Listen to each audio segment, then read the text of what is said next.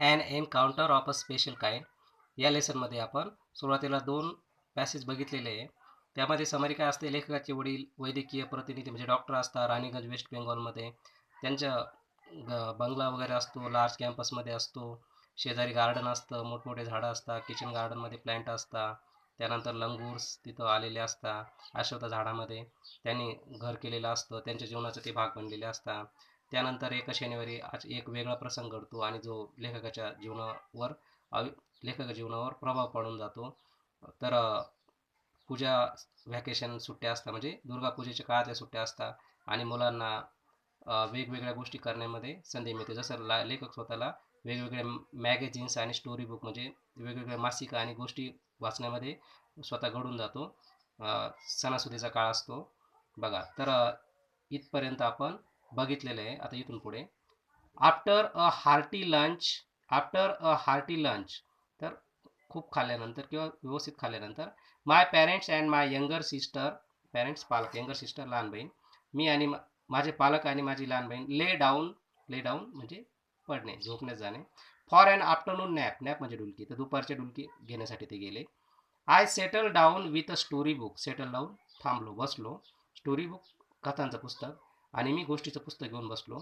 The क्वाएट afternoon presented, क्वाएट म्हणजे शांत, तर द क्वाएट आफ्टरनून प्रेझेंटेड, तर ती दुपार कशी होती, एकदम शांत होती. The perfect backdrop for reading and adventure story, perfect एकदम योग्य बॅकड्रॉप वातावरण for reading and adventure story, adventure story साहसी कथा, दुपारचं शांत दुपार असल्यामुळे साहसी कथा वाचण्यासाठी योग्य वातावरण होतं.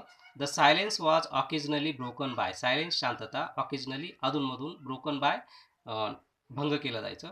The silence was occasionally broken by the sound of my family snoring, sound आवाज, आणि स्नॉरिंग घोरणे, तर दुपारी आई वडील आणि छोटी बहीण झोपलेली त्यांच्या घोरण्याच्या आवाजामुळे अधूनमधून तो भंग व्हायचा म्हणजे वाचण्यामध्ये, कारण ते मोठ्याने घोरत असावे.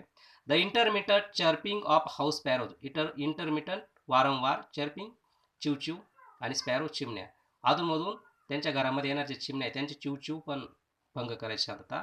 पुढचं the harsh cawing of a क्राऊ, कॉईंग म्हणजे हंबा, गाईच्या गागता तो आवाज, कॉईंग सॉरी गाय नाही, तर कावळे, काव काव, कॉईंग म्हणजे काव काव, क्रो कावळा, कावळ्यांचं जे काव काव आहे तो आवाज पण भंग करायचा. The shrill call of a kite flying high above the ground, kite पतंग, श्रील कर्कश, तर जमिनीवरून पतंग कर्कश आवाज करत उंचीवर जायचा, तो आवाज पण शांतता भंग करायचा.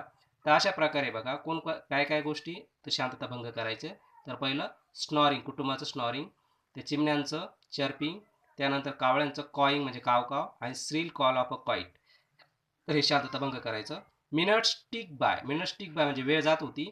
I became deeply absorb in the book, I became deeply absorb in the book, absorb म्हणजे घडून जाणे, मग्न होणे.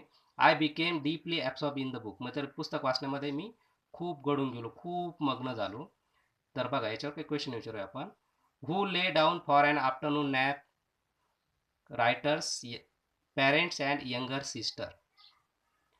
For what did his parents and younger sister go for an afternoon nap? What did the writer do in the afternoon? Read a story book. How was the afternoon? Quiet.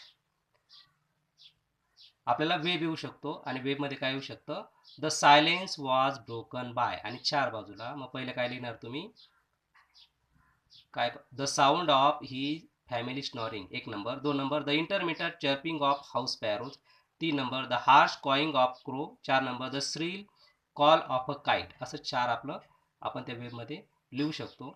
बघा मग आता याच्यामध्ये काही कम्प्लीटचे प्रश्न, जसं मी मागे पण विचारलं होतं की members in the writers family, तर बघा द रायटर नंबर एक, हिज पॅरेंट्स नंबर टू, आणि younger sister number three. Time afternoon. The person who read the story book म्हणजे जी व्यक्ती जी स्टोरी बुक वाचते ते कोण आहे, द रायटर. त्यानंतर the type of book the writer read, कोणत्या प्रकारचं पुस्तक वाचतो, ॲडव्हेंचर स्टोरी. आणि the silence was broken by, number 1 2 3 4, मी आताच उत्तर दिलं. बरं, ट्रू फॉलचे क्वेश्चन विचारूया आपण. His parents and his younger sister lay down for an afternoon nap, तर true. The writer settle down with a music, false. It was a quiet afternoon. True. The silence was broken by the sound of family snoring. True.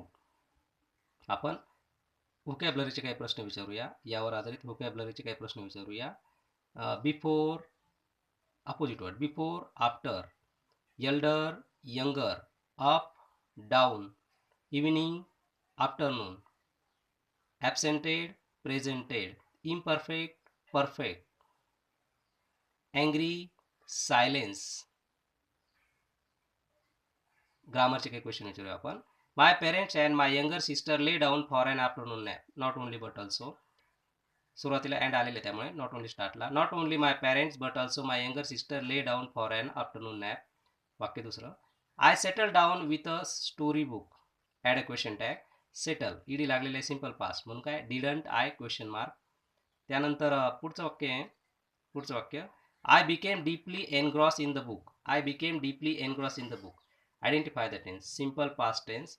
I became deeply absorb in the book. हे जर past परफेक्टमध्ये करायचं असलं म्हणजेच काय had आणि क्रियापदाचं तिसरू past perfect.